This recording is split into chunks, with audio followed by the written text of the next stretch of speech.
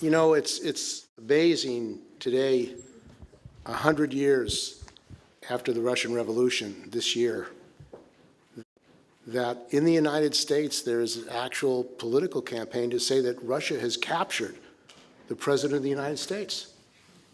We have a Russian agent who is in charge of the United States. I mean, you know, this propaganda 100 years after the Russian Revolution. I mean, just the thought, the idea of that is quite amazing, and it reflects really the crisis of U.S. imperialism, U.S. capitalism, that they would even have that thought that the U.S. government has been captured by a Russian, or the Russians.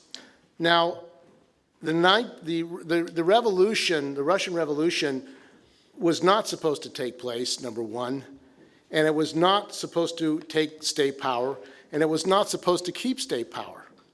The capitalists did not believe that the Russian Revolution was going to be successful. It was unheard of that a revolution of that sort, a Bolshevik revolution, a workers' revolution, that could be successful. How could they organize themselves? How could they maintain and keep their power as a Bolshevik communist party? Yet they did.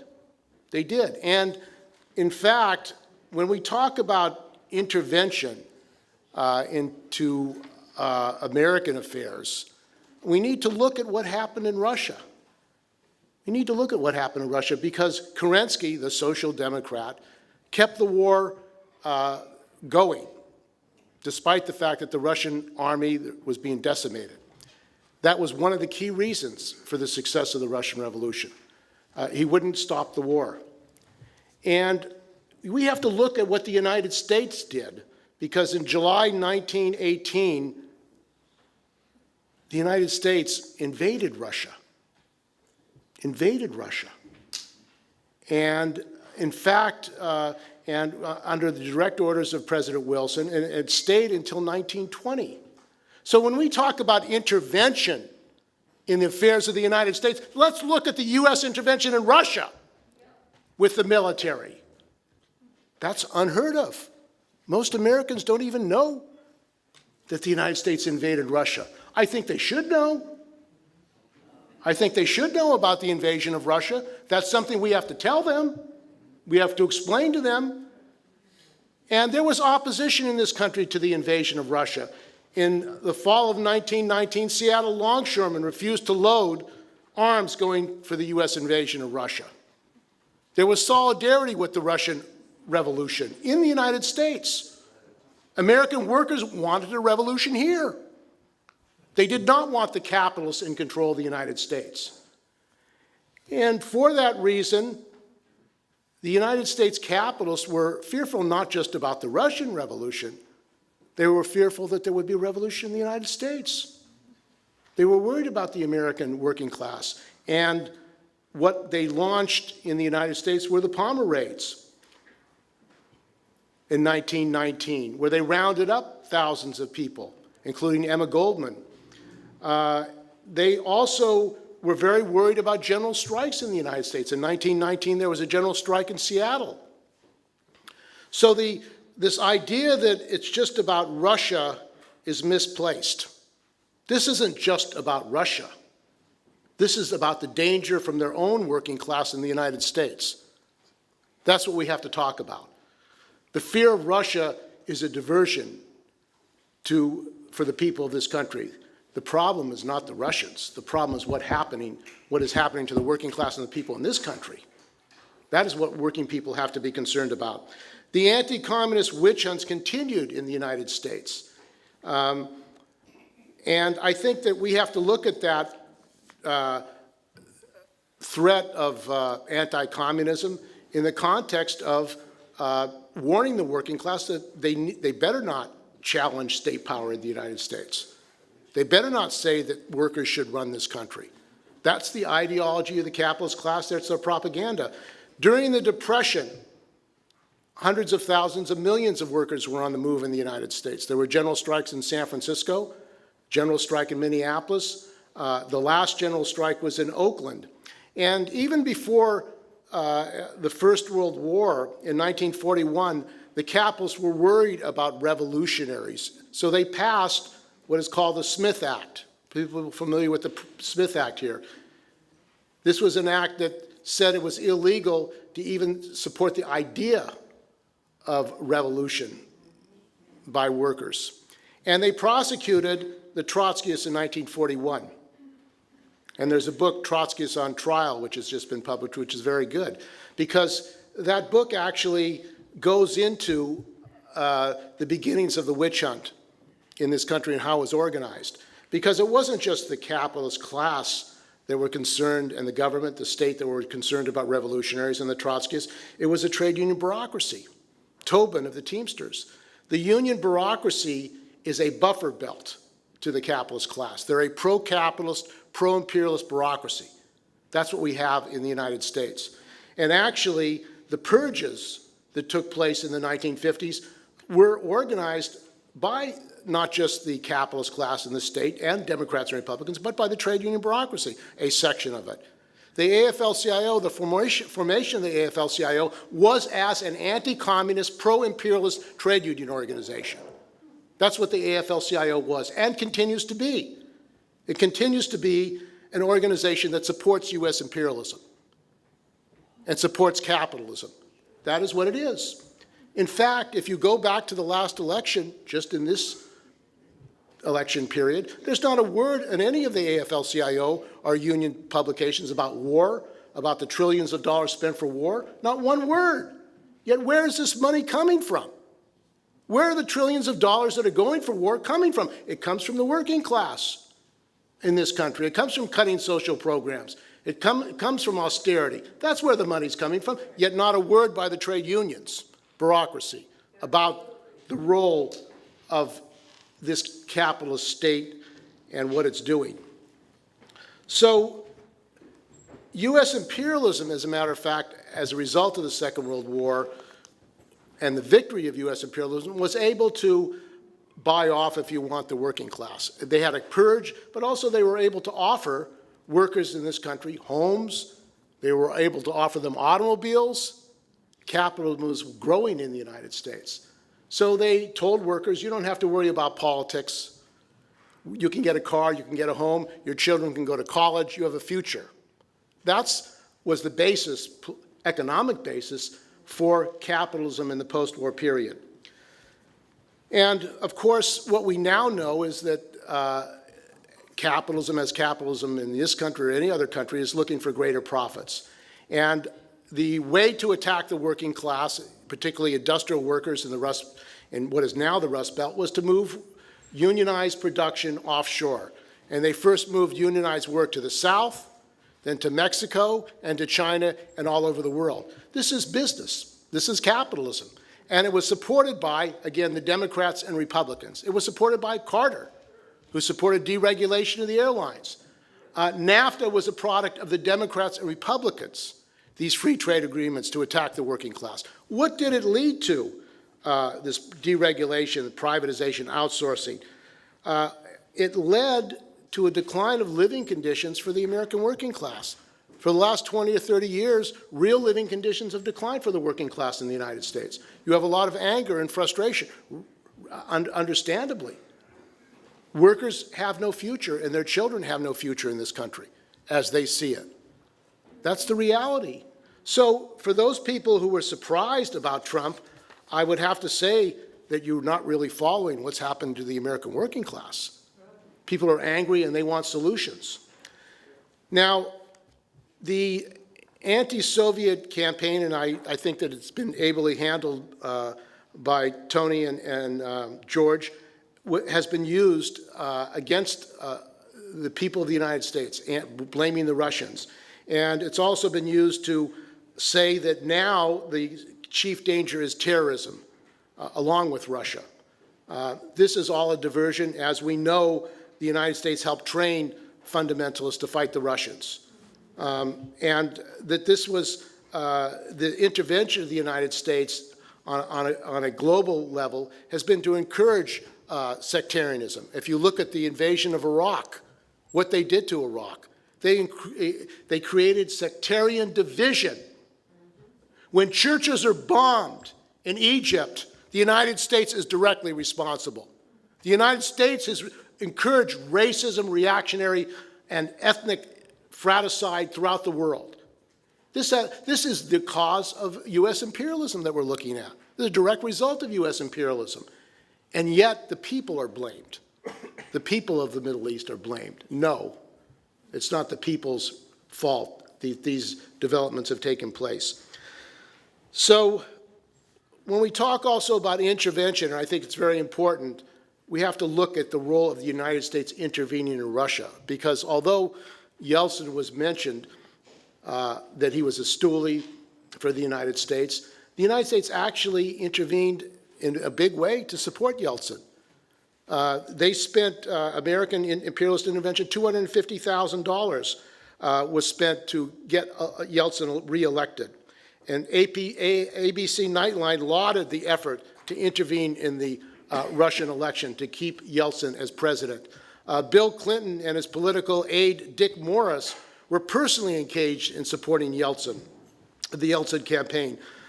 Clinton and Yeltsin were buddies, and it was called the Bill and Boris Show, for those who remember.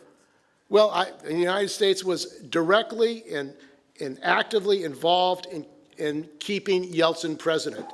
And Putin, if you look, is a product of U.S. imperialist intervention in Russia. I was in Russia. The Jeffrey Sachs plan of lotteries, of privatization, led to the rise of Putin. The destruction of public property in Russia, privatization, led to the rise of the oligarchs in Russia. Putin is an expression of U.S. intervention in Russia. That's where Putin comes from. That's where he comes from. He's an expression of what the United States did in Russia. And we do not take responsibility for him. We blame him as some kind of individual bad guy. No. No, Putin is a direct result of U.S. imperialist intervention in Russia to destroy Russian public property and to privatize the country. These, as we've discussed, what did the United States respond? Gorbachev believed that that Russia should be like Sweden, a social democracy. That's what his idea was, that you'd have a slow process of making Russia a social democratic country. And of course, this was an illusion. U.S. imperialism would never allow Russia to have a social democratic regime. They shut that down.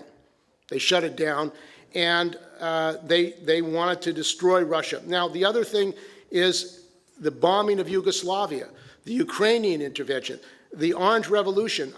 When you have the history of the United States intervention in Eastern Europe and Russia, you have a textbook operation, really, of how U.S. imperialism operates against countries. And that is something that we have to bring to the fore.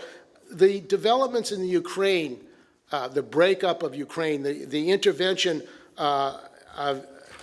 against Yanukovych. It's very interesting, the relationship of Trump and his aides, Paul Manafort, who was getting money from Yanukovych.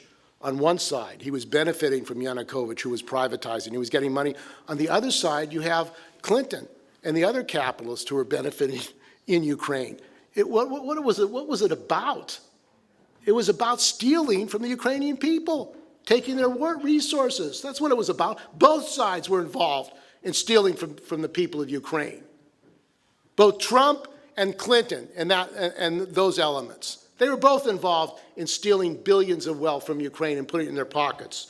So when we talk about the privatization and theft from the Ukrainian people, we can say that Democrats and Republicans were united in that. In fact, Biden's son was a top official of the Ukrainian oil company in Ukraine. So you're talking about U.S. government officials and their families personally benefiting from the privatization in Ukraine. And then you have Victoria Jane Nuland, who was recorded personally involved in picking the next government of Ukraine, saying who the next prime minister of Ukraine should be. When you talk about U.S. intervention and Russian intervention, I think it's high time that people in this country get the real facts about who's intervening where in the history of U.S. imperialism.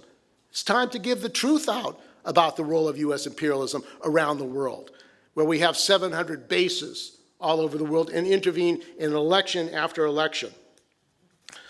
So the most dangerous, one of the most dangerous things, and it hasn't been addressed, is the support of fascism and neo-Nazis in Ukraine. The United States is supporting and training fascists and Nazis in the Ukraine. They've installed in the government a guy, Vasily Vuk, a general in the U.S.-supported military, has said that Jews aren't Ukrainians and I will destroy you along with Rabinovich. I'm telling you one more time, go to hell, Zid. Kikes, the Ukrainians have had it to hear from you. The U.S. military has been involved in training neo-fascists and Nazis and supporters of Stepan Bandera. He's a Ukrainian nationalist who is a neo-Nazi who sided with the Nazis. This is the record of the United States in the Ukraine today. And the rise of these neo-fascists and Nazis is also directly related to U.S. imperialist intervention in the Middle East. Millions of migrants have been forced out of their homes in Libya, in Iraq, and other countries, Syria. Where have they gone? They've gone to Europe and other countries. And the right wing have used that to attack immigrants and migrants, as they are here, being blamed for the economic crisis. So there is a connection to the rise of fascism, the rise of the neo-Nazi movement, and imperialist intervention that we have to make a connection to. Now, who is this Trump? Where did he come from? Where did he come from? Trump is really an excrement of American capitalism. That's who Trump is. He's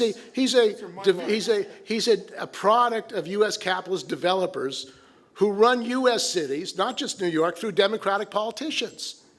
He was a developer in New York who worked with the Democratic politicians. He had racist discrimination policies and took tax subsidies from these same governments, politicians, money from speculators and banks, including Russian and Chinese. And he's not the only one. Speculators and developers take money from capitalists, whether they be in Russia or China or anywhere else. As a matter of fact, he bought the Bank of America building with money from the Chinese state bank. That's how he bought the building. So to say that Trump is somehow unique or exceptional is completely erroneous. Trump is a product of U.S. capitalists and speculators. That's where we're looking at. But it also shows, and here we have to look at why this is happening.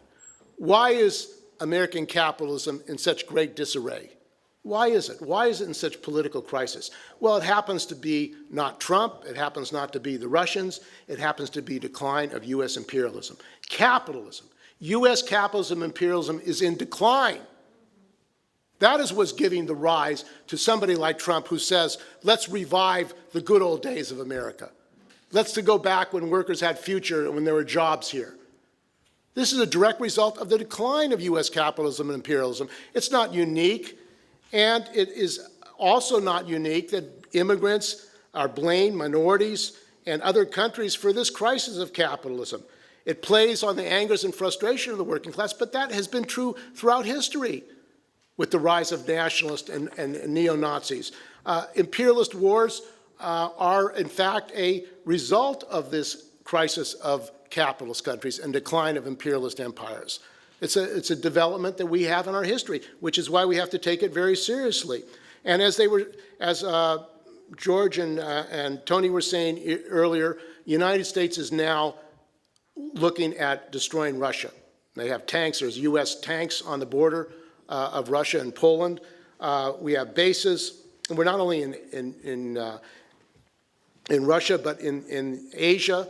Bases in Okinawa. We want new bases in Okinawa. We're building a base in Jeju in Korea.